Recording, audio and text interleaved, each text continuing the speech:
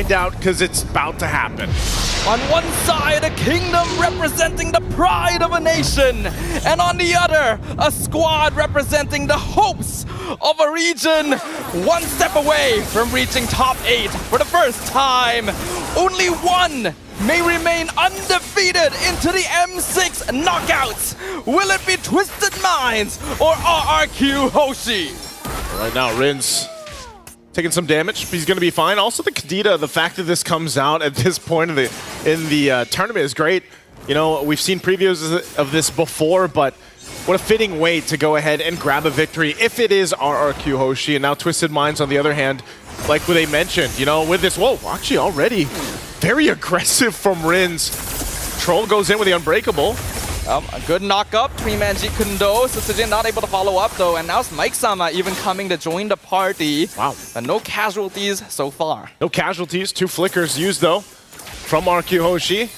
Cuffin will take some damage here. He's going to be fine as the mid lane still fighting for control. Yep, Cho gonna get pulled back, taunted as well by Troll. Concussive Blast doing a lot of damage. Cuffin pulling idok back one more time, but not quite enough damage to finish him off. Threading the needle there, idok. The fact too that, again, he didn't have the flicker. Surprised he was able to go ahead and withstand that. So still, neither team getting the first blood.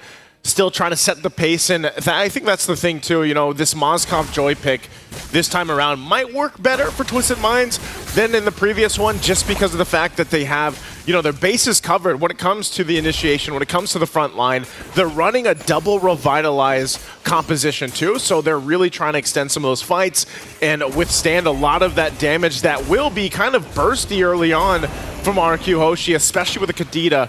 And then you have the 2 Purifies. So they have a lot of sustainability and utility that they can work with this time for game number 3 on RRQ Hoshi. Playing into it, Skylar and, wow, Saano going 1v1. Yeah, Purify used by Saano, but Skylar showing superior skill. First blood claimed on the Mozkov, and now on the Turtle Pit, Sutsujin on top.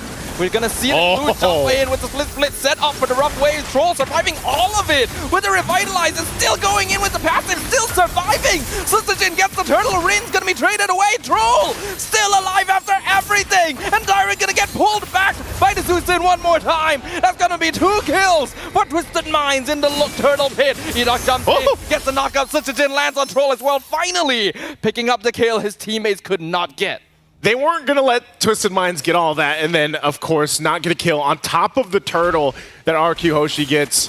But yeah, you saw it, you know, how surprising it is when you have 2 Revitalizers to be able to go ahead and withstand a lot of that damage and extend those fights, but also in the gold lane. The fact that Skylar gets that 1v1, gets an item a little bit of ahead here, picking up that Corrosive Scythe already, so still also a level ahead against Saano. He's going to have to rely. Saano needs the help of the team to allow himself to get back into this, at least the matchup for a little bit, because right now with Skylar having this advantage against the Mozkov and having the notion of, okay, I have momentum in my favor, it's going to be really difficult for Saano to try to go ahead and go face-to-face against a Wanwan.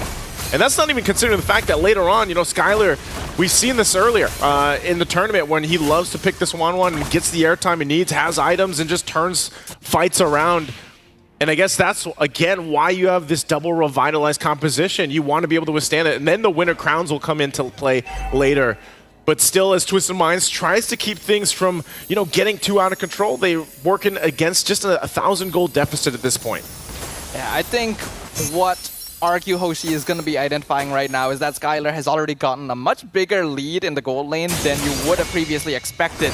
They're going to try and extend that pressure over the rest of the map as well. This is already a composition that's very well designed for the one. Oh, hold on, Saano being focused again by Skylar. Actually able to get the crossbow attack, but not quite enough as the AOG comes in. Taunt on Skylar. He cannot connect the crossbow attack. Saano keeping his distance. The rest of RRQ too late to save their gold laner. They'll transition over to the Turtle Pit instead, but Twisted Minds already in control of it. And they should be able to zone them out and take it. See what happens. Sutsujin's just around the corner. They're going to fight for it, though. Split already used. Turtle for the taking. Sutsujin jumps in, steals it away from Twisted Minds as Toda is kicked away by idok. Now the split jumps onto Mike-sama. Will they be able to get the pull in? Blade Surge from Sutsujin lands. Troll and Mike-sama, though, so They're going. tricky. idok with the final knock-up, and that's going to set up an evil quelling as Skylar also picks off Cuffin in the mid lane. Man, earlier on, I was going to say, it was unfortunate Skylar couldn't get the crossbow of Tang off that he was looking for. Very aggressive on it, gets punished, but then later on, after all that fight breaks out for the turtle, he comes in, gets a kill this time, so he's back on track. And Twisted Minds, when they go into these fights around the objectives, it looks like it should be in their favor. They have the proper tools to make it work. But RRQ Hoshi's been pretty good at getting those battle spells out if they need to get the Revitalizers or the Glorious Pathway for one, and even the AOG earlier on because of that gold lane initiation. So that tier 1 turret's gonna go down, but top side, rinz. Gonna get caught out with a taunt. Rough Waves used defensively just to escape from Twisted Minds. But Electrifying Beats was also committed by Hoda. Now we can see dyrennn gonna get pulled back, but I don't think either team is looking for a fight right now. This is what RRQ Hoshi and teams like them love to do here, Safa. Little by little, they'll go ahead and focus down the objectives, whether that's the turtles, whether that's those early turrets down, and even the way they manage the farm, in the jungle and then in the lane. They start to build up on these leads, but before you know it, it's out of control. And with this point, you're at 3K ahead against Twisted Minds, who has a lineup that obviously needs a little bit more time to build up here. It kind of gets difficult in the situation where Twisted Minds has to be able to go and maybe be a little more reactive to what RRQ Hoshi does, because most of the time it's either going to be idok that starts those fights or starts those skirmishes up. And with this, the last turtle of the game is going to come up. Troll picks up that Radiant Armor. He's going to need it for the amount of magic damage thrown at him.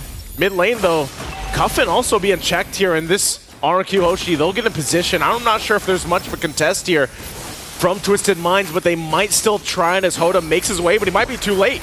rinz gonna get pulled back, but here comes the stun from dyrennn. They're gonna be able to get away with the Dragon on Troll as well, and Crossbow Tank's already set up. Rough Waves also committed as Skylar takes to the skies and starts doing some damage, but AOG gonna cancel a lot of it out. Troll's still gonna be taken out though, and dyrennn pulling Mike Sama back in. Here comes the Spear of Destruction, but I don't think he wants to commit to it, even though idok is low. That is a double kill as RRQ Hoshi take 2 and the turtle. I think they're going to take more as this tier 1 finally the mid lane goes down, and great usage of this glue pick. dyrennn able to go with the split and drag people back right into the fight, right on the mark.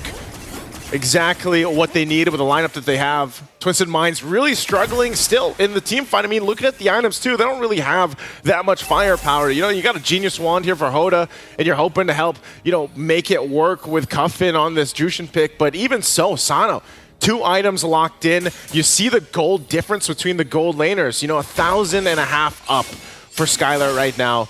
He hurts. He's got the Trinity, he's got the Corrosive Sight, DHS, and Malefic Roar. That's enough to go ahead and do damage to even the front line and the sustainability that Twisted Minds brought to this game.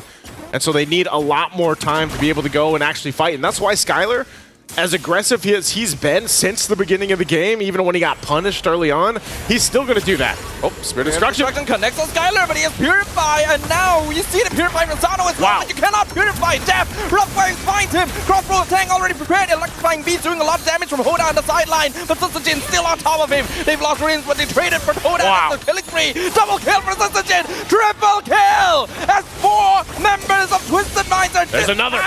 They're looking for one more. Split the land. Maniac for sutsujin as RRQ Hoshi run over their opponents. Yeah, that's not what you want to happen if you're Twisted Minds. A maniac for sutsujin and Skylar as well. And I'm going to commend again dyrennn, able to just go and pop off on this glue, even under the turret, drag people back for those secured kills for the team. Just perfect synergy from RRQ Hoshi right now in this game number 3. That'll all get them this Lord as well. First one of the game. Twisted Minds in a position where, they don't even really want to go and fight right now, because even if they do, even if, let's say, they get the perfect setup with an Avatar of the Guardian or, just cutting off the Glorious Pathway, they're outgunned and outfarmed right now. This is going to be very difficult to even defend the base turrets on this first Lord push, as they do try to hold on to this tier 2.